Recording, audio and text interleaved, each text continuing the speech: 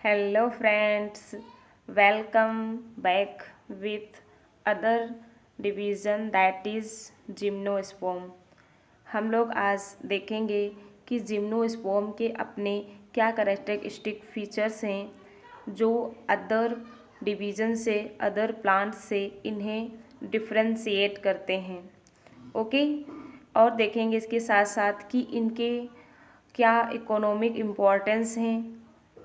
इससे पहले previous video में हम लोगों ने कंप्लीट कर लिया है chapter first and chapter second class 11th standard की जो एनसीईआरटी बायोलॉजी है उसकी चैप्टर फर्स्ट चैप्टर सेकेंड को कंप्लीट कर लिया है। ये चैप्टर थर्ड है जिसमें हम लोग प्लांट किंगडम पढ़ रहे हैं। हमने प्रीवियस वीडियो में देखा था कि प्लांट किंगडम को किस तरीके से क्लासीफाई किया गया है, उसमें अलग अलग डिविजन्स को रखा गया है। ओके, तो आज हमारा डिवीज़न जिम्नोस्पर्म है। ठीक है, तो जिम्नोस्पर्म में आज हम लोग पढ़ेंगे कि इनका अपना इकोनॉमिक इम्पोर्टेंस क्या है। ओके, फर्स्ट ऑफ ऑल मैं बता दूं कि ये जो मैं वीडियो आपके लिए लेके आई हूँ ये मैं एनसीईआरटी को फॉलो कर रही हूँ 11th स्टैंडर्ड की, और यहाँ से क्वेश्चन आपको नीट के लिए तो इम्पॉर्टेंट है ही, इसके साथ साथ जितने भी वन डे एग्ज़ाम होते हैं like BEd entrance exam, TGT, PGT और एनवीएस और केवीएस जो एग्ज़ाम पैटर्न है वो एनसीईआरटी को फॉलो करता है। ठीक है, तो वहाँ भी क्वेश्चन पूछे जाते हैं एनसीईआरटी से। तो ये वीडियो आप सभी के लिए वेरी वेरी हेल्पफुल होने वाली है, तो प्लीज़ आप इसे पूरा वीडियो देखें और अच्छे से पॉइंट टू पॉइंट क्लियर करते चलें। Okay, so let's now gymnosperms, that means जो जिम्नोस है। ठीक है, जिम्नोस मीन्स क्या होता है, नेकेड। ठीक है, एंड स्पर्मा मीन्स होता है सीड, यानी कि इन प्लांट्स में जो सीड का फॉर्मेशन होगा वो क्या होगा, निकेड। निकेड मीन्स कि इनका जो सीड है इन पर किसी भी तरीके की कवरिंग नहीं होगी, यानी कि जो ओवरी की सेल, जो ओवरी की वॉल होती है, ठीक है, वही क्या करती हैं, ओव्यूल्स का कोटिंग करती हैं, ओव्यूल्स का सराउंडिंग एरिया को कवर करती हैं, और ओव्यूल्स ही क्या करता है, डेवलप करके सीड का फॉर्मेशन करता है। तो ये ऐसे प्लांट हैं यहाँ पर ओवरी ही एब्सेंट होगी, तो क्या होगा कि जो सीड है वो निकेट होगा, मीन्स सेल, जो ओवरी की सेल वॉल है उसका फॉर्मेशन नहीं होगा। क्लियर। इसके बाद हम सबसे पहले ये देखेंगे, इसका ओवरव्यू के बारे में समझने की कोशिश करेंगे क्योंकि वहाँ से भी कई बार क्वेश्चन पूछे जाते हैं। ओके, तो सबसे पहले इसका इंट्रोडक्शन की बात करते हैं। जिम्नोस्पर्म की स्टडी को क्या कहेंगे, जिम्नोस्पर्मोलॉजी। ठीक है, जिम्नोस्पर्म की स्टडी को जिम्नोस्पर्मोलॉजी कहते हैं। एंड जो जिम्नोस्पर्म टर्म है, ठीक है, जिम्नोस्पर्म जो टर्म है इसको किसने दिया था, थियोफ्रेस्टस ने इस टर्म को दिया था। उसके बाद एक बहुत ही इम्पॉर्टेंट बात कही, थियोफ्रेस्टस ने ही इस बात को कहा कि प्लांट्स विथ अनप्रोटेक्टेड सीड। जो थियोप्रेस्टस थे वो जिम्नोस्पर्म को क्या कहते थे, जिम्नोस्पर्म के लिए एक डिफिनीशन टर्म दिया उन्होंने, और उन्होंने कहा कि plants with unprotected seed, that means ऐसे प्लांट जिनका सीड अनप्रोटेक्टेड है, यानी कि विदाउट ओवरी वॉल के फॉर्मेशन हुआ है सीड का, उससे उन सभी प्लांट्स को हम जिम्नोस्पर्म कहेंगे। ठीक है, एंड जिम्नोस्पर्म कहा उसे। उसके बाद नेक्स्ट साइंटिस्ट आए गोवेल। गोवेल ने क्या कहा, जो ऐसे प्लांट्स फेनेरोगेमस विदाउट ओवरी, यानी कि ऐसे फेनेरोगेमस प्लांट जिनके पास ओवरी एब्सेंट है, उन सभी प्लांट्स को हम जिम्नोस्पर्म में रखेंगे। तो उन्होंने जिम्नोस्पर्म की यह डिफिनेशन दी कि फेनेरोगेमस विदाउट ओवरी। ओके, तो आपको ये दोनों ही डिफिनीशन अच्छे से याद रखनी है। ये पूरी डिफिनेशन ही देकर, ये स्टेटमेंट ही देकर आपसे क्वेश्चन पूछा जा सकता है कि इस टर्म को किसने दिया या इस डिफिनेशन को किस साइंटिस्ट ने दिया। Okay, and next is gymnosperm first seeded plant है। ओके, जिम्नोस्पर्म क्या है, फर्स्ट सीडेड प्लांट हैं। इससे पहले जो टेरिडोफाइट्स थे वहाँ पर हमने बताया था कि सीड हैबिट्स देखने को मिली थी कुछ स्पीसीजेस में, लाइक सिलेजिनेला में। सिलेजिनेला में क्या हो रहा था कि सीड हैबिट हमको वहाँ पर देखने को मिली थी, क्योंकि वहाँ पे जो जाइगोट को फॉर्मेशन हो रहा था, जो यंग एम्ब्रियो को फॉर्मेशन हो रहा था, वो विथ इन आर्चिगोनिया हो रहा था, ठीक है, जिससे हमको वहाँ पर सीड हैबिट देखने को मिली थी। बट एक्चुअल में सीड का फॉर्मेशन जिम्नोस्पर्म में होता है, तो ये फर्स्ट सीडेड प्लांट्स हैं, ठीक है। आपको इस पॉइंट को भी अच्छे से याद रखना है। And next point is chromophytes. Chromophytes means क्या होता है कि जो जिम्नोस्पर्म हैं वो वेल डिफ्रेंशिएटेड हैं रूट, लीव्स एंड शूट्स में।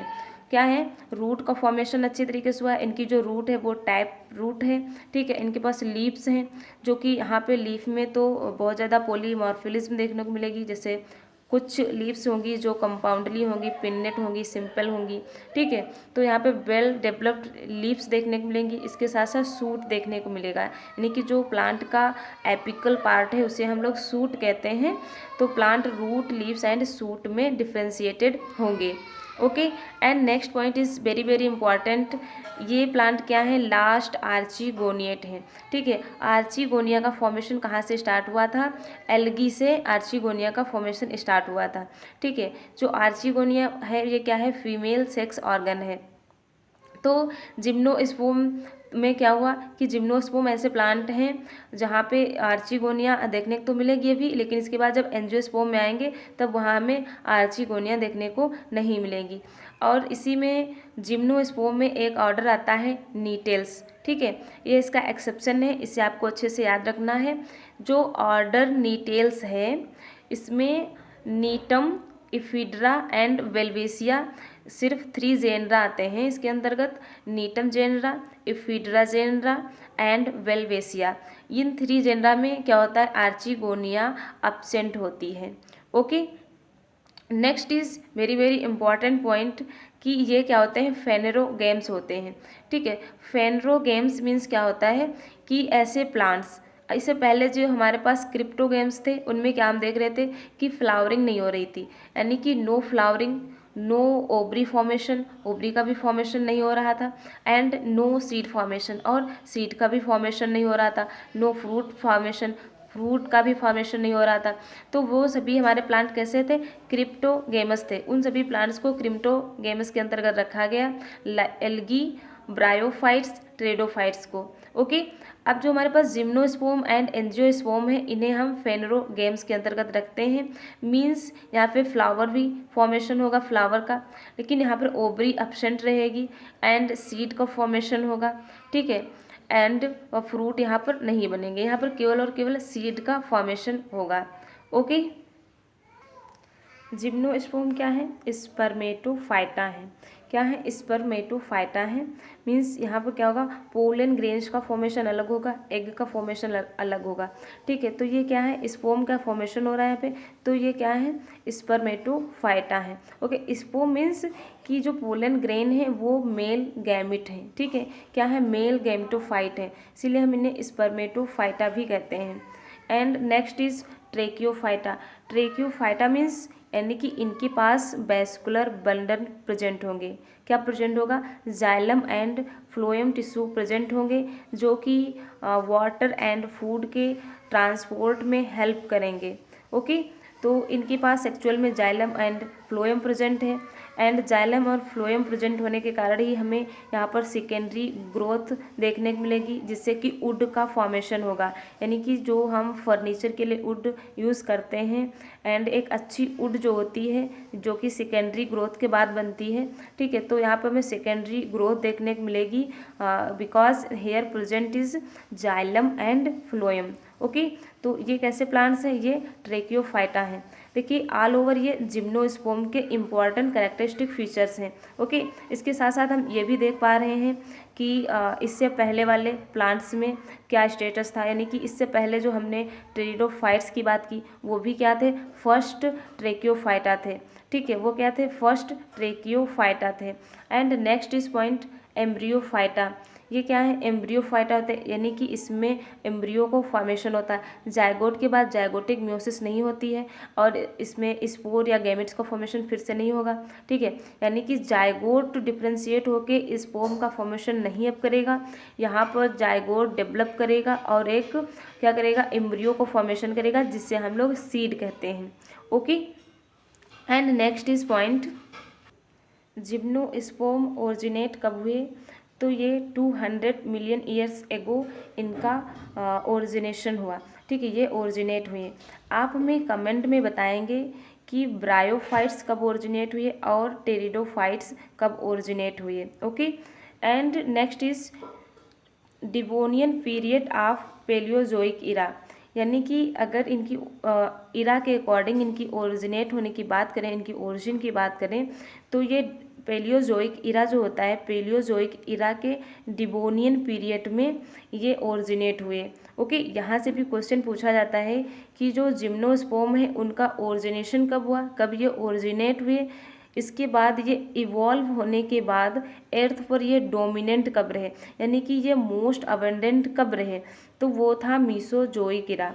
ठीक है, अगर इनकी अबंडेंस की बात की जाए, ये डोमिनेंट कब रहे, तो ये मीसोजोइक इरा में रहे, और अगर ओरिजिनेट की बात की जाए तो पेलियोजोइक इरा, उसमें भी डिवोनियन पीरियड में। ओके, तो आपको ये दोनों पॉइंट अच्छे से याद रखने हैं। नाउ अब देखते हैं कि हमारी बुक में जिम्नोस्पर्म के रिगार्डिंग क्या क्या मेंशन किया गया है। ओके, तो हमने यहाँ तक बात कर ली थी कि पोस्ट फर्टिलाइजेशन के बाद सीड का फॉर्मेशन होता है, जो कि सीड नेकेट होता है, मीन्स यहाँ पे जो ओवरी वॉल एब्सेंट होती है। Okay, and next point is, जो जिम्नोस्पर्म है इसमें मीडियम साइज के ट्री भी आपको देखने को मिलेंगे, या फिर टॉल ट्री भी देखने को मिलेंगे, एंड सर्ब्स प्रेजेंट होंगे। अगर जैंत जिम्नोस्पर्म यानी कि सबसे टॉलेस्ट जिम्नोस्पर्म की बात की जाए, तो वो क्या है, सिकोया। ठीक है, सबसे टॉलेस्ट, आप इस पॉइंट को राइट डाउन कर लीजिए, सबसे टॉलेस्ट जिम्नोस्पर्म को सिकोया कहते हैं। ठीक है, एंड अगर सबसे स्मॉलेस्ट जिम्नोस्पर्म की बात की जाए, तो सबसे स्मॉलेस्ट जिम्नोस्पर्म है जामिया पिग्मिया। ओके, जामिया पिग्मिया, आप इसे नोट कर लें। इसके बाद जो इनकी रूट है, ये कैसी है, टाइप रूट है। अभी हमने बात की थी कि इनमें well developed root, leaves and stem या सूट पाया जाता है। तो टैप रूट कैसी है, टैप रूट्स है, यानी इनकी जो रूट है, ठीक है, क्या होता है कि इनकी रूट में कुछ फंगल एसोसिएशन देखने को मिलता है। ठीक है, हमने आपको पढ़ाया था इससे पहले माइक्रोबायोलॉजी वाले चैप्टर में कि जो म्यूचुअल एसोसिएशन क्या है। ठीक है, हमने पढ़ाया था कि सिम्बायोसिस क्या है, उसमें हमने बताया था कि म्यूचुअल एसोसिएशन क्या है। तो इनकी जो रूट्स है, इसमें कुछ फंगल एसोसिएशन देखने को मिलता है। ठीक है, जिसे हम क्या कहते हैं, माइकोराइजा कहते हैं। इनके इस एसोसिएशन को क्या कहते हैं, माइकोराइजा कहते हैं। जो पाइनस का प्लांट है, उसकी रूट में कुछ फंगस पाए जाते हैं, जो कि दोनों को इसमें बेनिफिट होता है। ठीक है, जो पाइनस है उससे ये न्यूट्रिएंट्स एब्जॉर्ब करके देता है, और जो फंजाई है वो क्या करता है, वो उस सॉइल से न्यूट्रिशन लेता है। ठीक है, तो इनमें दोनों में म्यूचुअल एसोसिएशन होता है। तो इस एसोसिएशन को क्या कहते हैं, माइकोराइजा कहते हैं। ओके, तो आपको इस बात को अच्छे से याद रखना है। एंड नेक्स्ट बात करते हैं, जो साइकस होता है उसमें साइनोबैक्टीरिया का एसोसिएशन होता है, यानी कि जो N2 फिक्सेशन, नॉस्टॉक, एनाबिना, जो ब्लू ग्रीन बैक्टीरिया होते हैं वो प्रेजेंट होते हैं। ओके, तो उससे हम क्या कहते हैं, हम कोरोलॉइड रूट्स कहते हैं। तो जो साइकस की रूट है उन्हें हम क्या कह रहे हैं, कोरालॉइड रूट्स कहते हैं। ओके, तो इस पॉइंट को भी आप अच्छे से याद रखेंगे। एंड नेक्स्ट इज, जो जिम्नोस्पर्म है इनका स्टेम अनब्रांच्ड भी होता है या फिर ब्रांच्ड हो सकता है। हमें इनका स्टेम अनब्रांच्ड कहाँ देखने को मिलता है, साइकस में। ठीक है, और अगर ब्रांच्ड की बात की जाए तो ये हमें शिडार में देखने को मिलता है और पाइनस में। ओके, एंड लीव्स में भी सिंपल और कंपाउंड, जो इनकी लीव्स हैं वो सिंपल भी हो सकती हैं या फिर कंपाउंड हो सकती हैं। जो साइकस की लीव्स है वो कैसी है, पिन्नेट लीव्स है। Okay, leaves persist for a few years, जो कि सम ईयर्स तक होती हैं, उसके बाद क्या हो जाती है, सेड हो जाती हैं। एंड जिम्नोस्पर्म में क्या होता है, well adapted to withstand extremes of temperature, humidity and wind. जो ये प्लांट होते हैं जिम्नोस्पर्म के, ये अपने एक्सट्रीम एरिया को टॉलरेट कर सकते हैं। जैसे अगर हाई टेम्परेचर है फिर भी ये टॉलरेट कर ले जाएंगे, ह्यूमिडिटी है फिर भी ये टॉलरेट करेंगे, सर्वाइव करेंगे। एंड विंड में भी तेज़ी से तूफान आया, ठीक है, या फिर बहुत तेज़ हवाएं चली, तो ऐसा नहीं कि जिनका स्टेम टूट कर नीचे गिर जाए, तो ये क्या करते हैं, टॉलरेट कर लेते हैं। ओके, क्योंकि यहाँ पे हमें अच्छी वुड देखने को मिलती है, सेकेंडरी ग्रोथ देखने को मिलती है, क्योंकि यहाँ पर secondary xylem and secondary phloem present होता है, जो कि सेकेंडरी ग्रोथ के लिए रिस्पॉन्सिबल होते हैं। ओके, इसके बाद क्या होता है कि जो इनकी निडल लाइक लीव्स होती हैं, ठीक है, जो कोनीफर्स हैं जैसे पाइनस है, साइकस है, इनमें क्या होता है, पाइनस में निडल लाइक लीव्स प्रेजेंट होती हैं, इनकी सरफेस एरिया को जो रिड्यूस करती हैं। हम इन्हें निडल लाइक क्यों कहते हैं, क्योंकि ऐसा जो लीफ है, सिंपल लीफ क्या होती है, इस तरीके से सिंपल लीफ है, ठीक है, क्या है, सिंपल लीफ है, बट इनमें कैसी होती है, इनका जो सरफेस एरिया इसको रिड्यूस कर दिया, लाइक दिस, इस तरीके से, झाड़ू की तरीके से, ब्रूम की तरीके से इनकी लीव्स होती, इसीलिए हम इन्हें क्या कहते हैं, निडिल लाइक लीफ कहते हैं। Their thick cuticle and sunken stomata also help to reduce water loss. अब बात करते हैं कि जो इनका स्टेम्स है एंड इनकी जो लीव्स हैं, यहाँ पे स्टोमेटा बहुत कम प्रेजेंट होते हैं, जो क्या करते हैं, ड्यूरिंग रिस्पायरेशन, जब प्लांट रिस्पायरेशन करता है तो क्या होता है, वाटर लॉस होता है, ठीक है, तो ड्यूरिंग रिस्पायरेशन क्या होता है, वाटर लॉस को ये प्रिवेंट करते हैं। यानी कि जो सकन स्टोमेटा है इनके पास और क्यूटिकल इनकी थोड़ा थिक होती है, तो जो स्टोमेटा अंदर धसे हुए होते हैं, क्यूटिकल भी थिक है, तो यहाँ पे वाटर लॉस नहीं हो पाता है ज़्यादा, जिससे क्या होता है, ये वाटर लॉस को प्रिवेंट करते हैं। Okay, now this is slide is very very important. ये स्लाइड भी इम्पॉर्टेंट है, यहाँ से भी क्वेश्चन पूछे जाते हैं और आपको इस स्लाइड को अच्छे से समझने की ज़रूरत है, फिर आपको अच्छे से ये चीज़ें लर्न हो जाएंगी, ठीक है। क्या है कि जो जिम्नोस्पोर्म है ये हेट्रोस्पोरस होता है। हेट्रोस्पोरस मीन्स क्या होता है, hetero means different, sporous means spore. जो जिम्नोस्पोर्म के प्लांट हैं, सपोज करिए साइकस है, ठीक है, तो ये क्या करेगा, माइक्रोस्पोर्स एंड मेगा स्पोर्स को प्रोड्यूस करेगा। अब स्पोर हैं तो ये हैप्लॉइड ही होंगे, है ना, इनके पास जो जेनेटिक मटेरियल या जो इनका नंबर है वो क्या होगा, इनका जेनेटिक मटेरियल कितना होगा, सॉरी, इनका नंबर कितना होगा, जो इनके हैप्लॉइड का एंड डिप्लॉइड का नंबर है वो क्या होगा, ये हाफ होगा, यानी कि इनके पास हैप्लॉइड होंगे n। स्पोर का नंबर कितना होता है, haploid. And next is the two kinds of spore are produced within sporangia that are born on sporophylls, which is are arranged spirally on a long axis to form legs or compact strobe or cones। आपको इस line को अच्छे से समझने की ज़रूरत है, ठीक है, ध्यान से समझिए। क्या कह रहे हैं कि जो कॉम्पैक्ट फॉर्म में स्ट्रॉबलाई या फिर कोन्स प्रेजेंट होती हैं इनके सूट में, ठीक है, और वो कैसे अरेंज होती हैं, वो स्पायरली अरेंज होती हैं, जो इनका एक्सिस है, यानी कि जो सूट का एक्सिस है वहाँ पर। तो इन्हें हम कहते क्या हैं, इन्हें हम स्पोरोफिल्स कहते हैं। क्या कहते हैं, इन्हें हम स्पोरोफिल्स कहते हैं। एंड जो द स्ट्रॉबलाई वियरिंग माइक्रोस्पोरोफिल्स, जो स्ट्रॉबलाई हैं वो क्या करती हैं, माइक्रोस्पोरोफिल्स को वियर करती हैं। And microsporangia are called microsporangiate our female strobili. जो माइक्रोफिल्स है इनके ऊपर बहुत सारी माइक्रोस्पोरेंजिया लगी होंगी, ठीक है, क्या लगी होंगी, माइक्रोस्पोरेंजिया। इसी को हम लोग मेल स्ट्रॉबलाई कह देते हैं या फिर हम इसी को माइक्रोस्पोरेंजिएट कहते हैं, ठीक है। तो आपको कंफ्यूज नहीं होना है। क्या हुआ, माइक्रोस्पोरोफिल्स पर बहुत सारी माइक्रोस्पोरेंजिया लगी हैं जिन्हें हम माइक्रोस्पोरेंजिएट या फिर मेल स्ट्रॉबलाई कहते हैं। The microspores develop into a male gametophytic generation which is highly reduced and confined to only limited number of cells।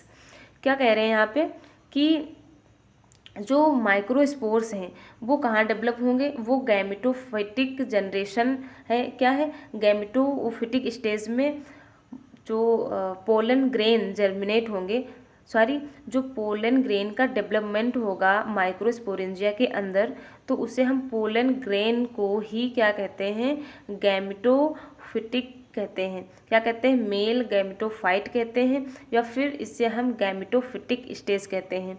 और ये बहुत शॉर्ट टाइम के लिए होती है, यानी कि ये रिड्यूस्ड होती है, क्योंकि जो जिम्नोस्पर्म प्लांट हैं वो क्या है, उनकी मेन प्लांट बॉडी स्पोरोफाइट है। क्लियर, स्पोरोफाइट है जो कि 2n होती है, यानी कि डिप्लॉयड होती है। क्लियर। अब आपको इस बात को यहाँ तक याद रखना है कि जो कोन्स थी उन पे बहुत से माइक्रोस्पोरोफिल्स लगी थी। माइक्रोस्पोरोफिल्स के अंदर बहुत सारी माइक्रोस्पोरेंजिया थी। ठीक है, माइक्रोस्पोरेंजिया क्या कर रही हैं कि पोलन ग्रेन को डेवलप कर रही हैं, जिससे हम मेल गैमेटोफाइट कहते हैं। अब माइक्रोस्पोरेंजिया डेवलप होने के बाद ब्रस्ट करेगी और वहाँ से पोलन ग्रेन फ्री हो जाएंगे। आप इस बात को यहाँ तक याद रखना। अब चलते हैं फीमेल कोन की तरफ, वहाँ समझते हैं कि कैसे वहाँ पे मेगा स्पोर का फॉर्मेशन होगा। ओके,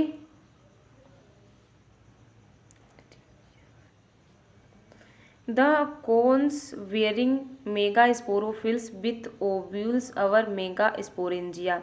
ठीक है, जो फीमेल है उसमें क्या होगा, मेगा स्पोरोफिल्स का फॉर्मेशन हुआ। ठीक है, जो हम जिसे हम मेल कोन या मेल स्ट्रॉबिलाई कह रहे हैं, वहाँ क्या होगा, मेगा स्पोरोफिल्स होंगी। मेगा स्पोरोफिल्स में मेगा स्पोरेंजिया का फॉर्मेशन होगा। ठीक है, अब मेगा स्पोरेंजिया को ही हम ओव्यूल्स कह देते हैं। ओव्यूल्स किसके लिए रिस्पॉन्सिबल है, सीड फॉर्मेशन के लिए। ओव्यूल ही डेवलप होके मेच्योर होके सीड का फॉर्मेशन करता है। आई होप आप सभी को ये बात याद होगी। तो क्या करेंगी, जो मेगा स्पोरेंजिया का फॉर्मेशन करेंगी, इसी को हम लोग क्या कह देते हैं, माइक्रोस्पोरेंजिएट कहेंगे या फिर फीमेल स्ट्रॉबिलाई कहेंगे। क्लियर। द मेल और फीमेल कोन्स अवर स्ट्रॉबिलाई में be borne on the same tree, जैसे कि पाइनस में, या फिर ऑन डिफरेंट ट्री जैसे कि साइकस में। साइकस में क्या होता है, male and female plant different होते हैं, यानी कि मेल कोन अलग प्लांट पे डेवलप करती है और जो फीमेल कोन है वो अदर साइकस के प्लांट पे डेवलप करती है। ठीक है, लेकिन जो पाइनस है उस पर मेल फीमेल दोनों ही कोन एक ही प्लांट पर डेवलप होती हैं, एक ही प्लांट पर ग्रो करती हैं। ओके, इसके बाद the megaspores mother cells differentiated from one of the cells of the nucellus. ठीक है, तो मेगा स्पोर्स की, ठीक है, कौन सी मेगा स्पोर्स, जिसे हम क्या कह रहे हैं, जिसे हम ओव्यूल्स कह रहे हैं। ठीक है, मेगा स्पोरेंजिया जिसे कह रहे हैं, उसी की क्या करेंगी, कुछ सेल्स, कौन सी, ऐसी कुछ स्पेशलाइज्ड सेल्स जिन्हें हम मदर सेल्स कहेंगे। क्या कहेंगे, मेगा स्पोर मदर सेल्स कहेंगे, वो डिफ्रेंशिएट करेंगी। ठीक है, डिफ्रेंशिएट करने के बाद क्या करेंगी, न्यूसिलस का फॉर्मेशन करेंगी। ठीक है, न्यूसिलस का फॉर्मेशन करेंगी। अब न्यूसिलस क्या करता है, nucellus is protected by envelopes and composite structure is called as ovule. Nucellus क्या करता है कि जो वहाँ पे एग का फॉर्मेशन होगा, मेगा स्पोर का फॉर्मेशन होगा, उसको सराउंड कर लेगा। तो अब हम इसे कम्प्लीटली क्या कहेंगे, अब हम इसे कम्प्लीटली ओव्यूल कहेंगे। क्लियर, अब हम इसे कम्प्लीटली ओव्यूल कहेंगे। The ovules are borne on megasporophylls which may be clustered to form the female cone. जो मेगा स्पोरोफिल्स हैं ये आपको क्लस्टर यानी कि ग्रुप के रूप में भी मिल सकते हैं, और किसके लिए, फीमेल कोन पर। ठीक है, फीमेल कोन पर ये जो ओव्यूल्स हैं, ठीक है, या जो मेगा स्पोरोफिल्स हैं वो आपको ग्रुप में भी देखने को मिल सकते हैं। The megaspore mother cells divided meiotically to form 4 megaspore. जो मेगा स्पोर मदर सेल्स थी वो अब क्या कर रही है, उसने मियोसिस किया है। ठीक है, उसने क्या किया, मियोसिस को परफॉर्म किया है और 4 मेगा स्पोर्स का फॉर्मेशन किया है। One of the megaspores enclosed within the megasporangia. Megasporangia यानी कि जिससे हम क्या कह रहे हैं, nucellus develop into a multicellular female gametophyte that bears two or more archegonia or female sex organ. और यही आगे चलकर क्या करेगी, आर्चिगोनिया का फॉर्मेशन करेगी, जिससे हम फीमेल सेक्स ऑर्गन कहते हैं। The multicellular female gametophyte also retain within megasporangia. तो जो फीमेल गैमेटोफाइट है उसे हम ओव्यूल या फिर मेगा स्पोरेंजिया कहते हैं। ओके। नाउ अब क्या होगा कि मेगास्पोरेंजिया के अंदर, जो मेगास्पोरेंजिया है उसके अंदर 4 मेगास्पोर का फॉर्मेशन हो चुका है, ठीक है। और वहाँ पे जो हमने मेल कौन पढ़ी थी, वहाँ पे क्या था कि पोलन ग्रेन का फॉर्मेशन हो चुका है, जिससे हम मेल गैमेटोफाइट कह रहे थे।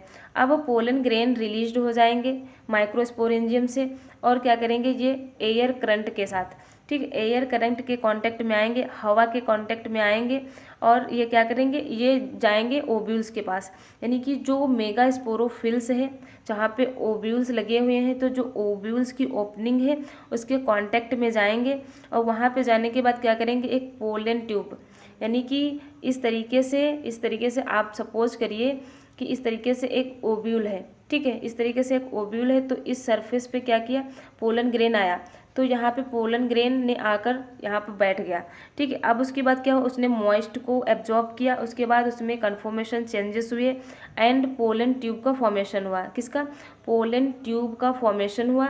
और वो पोलन ट्यूब ने क्या किया, जो पोलन ग्रेन के अंदर एक गैमिट्स था ना, जो मेल गैमिट्स था, उसको आर्चिगोनिया तक ले गया। क्या किया, आर्चिगोनिया तक उसको ले गया, और वहाँ पे जाने क्या किया, ओव्यूल्स के अंदर उसे डिस्चार्ज कर दिया। जो उसके अंदर कंटेंट था पोलन ग्रेन ने, तो अभी पोलन ट्यूब को जर्मिनेट किया, और वो पोलन ट्यूब कहाँ तक गई, जहाँ पे ओव्यूल्स के अंदर यहाँ पर एग था वहाँ तक गई, ठीक है। उसके बाद जो पोलन ग्रेन के पास जेनेटिक मटेरियल था, ठीक है, जो मेल गैमिट्स था, उसको वहाँ पे उसने डिस्चार्ज कर दिया। डिस्चार्ज करने के बाद क्या किया उसने फर्टिलाइजेशन कर लिया। फॉलोइंग फर्टिलाइजेशन, यानी कि वहाँ पे फर्टिलाइजेशन हुआ। फर्टिलाइजेशन के बाद क्या हुआ, zygote develop into an embryo, and fertilization के बाद जाइगोट का फॉर्मेशन हुआ, और जाइगोट ने डेवलप करके एम्ब्रियो को फॉर्मेशन कर लिया, ठीक है, क्या बना लिया, एम्ब्रियो बना लिया, एंड ओव्यूल्स इनटू सीड्स। उसके बाद जो होल पूरा ओव्यूल था, वो पूरा ओव्यूल किस में चेंज हो गया, सीड में चेंज हो गया। उसके बाद क्या किया, these are seeds are not covered. जो ये सीड है, ये क्या है, ये किसी भी वॉल से कवर्ड नहीं है, because here absent ovary wall, ovary यहाँ absent है, तो ये कैसा सीड है, ये निकेट है, यानी कि ओव्यूल्स के सराउंडिंग में कोई भी ओवरी वॉल नहीं प्रेजेंट है, तो पूरा ओव्यूल सीड में चेंज हो गया, सीड में डेवलप कर गया। अब ये सीड कैसा हुआ, निकेट हुआ, ओके। इसीलिए इनका सीड निकट होता, तभी इन सभी प्लांट्स को हम लोग जिम्नोस्पर्म के अंदर रखते हैं, इसलिए हम इन्हें जिम्नोस्पर्म कहते हैं। आप यहाँ पे विद द डायग्राम की हेल्प से कुछ प्लांट्स को देख सकते हैं, जैसे कि ये है, हाँ, ये क्या है, cycas, this is a cycas, ये साइकस का प्लांट है। तो यहाँ पर साइकस की कोन को दिखाया गया है। अब साइकस में तो मेल फीमेल डिफरेंट है, तो ये तो स्कैन किया हुआ डायग्राम है, तो यहाँ पर आप नहीं समझ सकते कि मेल है या फीमेल, बट ये आपका डायग्राम किसका है, साइकस का है। एंड नेक्स्ट इज, ये डायग्राम आपका पाइनस का है, ठीक है, ये पाइनस का है। And next is, this is गिंगो, ये गिंगो का प्लांट है, ये इसके डॉर्फ सूट है यहाँ पर, ठीक है, ये इसका लॉन्ग सूट है, ये इसके सीड्स हैं। क्लियर। तो आई होप आपको जिम्नोस्पर्म का जो इंट्रोडक्शन था, उसके इम्पॉर्टेंट कैरेक्टरिस्टिक फीचर्स थे, वो आपको अच्छे से समझ में आएंगे। नेक्स्ट क्लास में हम 1 बाय 1 देखेंगे कि पाइनस के एनाटॉमी क्या है, पाइनस की स्ट्रक्चर्स क्या है, उसके मेल फीमेल कोन का फॉर्मेशन कैसे होता है, इन सारी चीज़ों को डिटेल में पढ़ेंगे। Okay, so thanks for watching. आपको यहाँ तक अच्छे से समझ में आया होगा, आशा करती हूँ। अगर आपको कुछ भी समझ में आया तो आप चैनल को सब्सक्राइब कर सकते हैं, लाइक एंड शेयर कर सकते हैं। Okay, till then, bye bye, take care.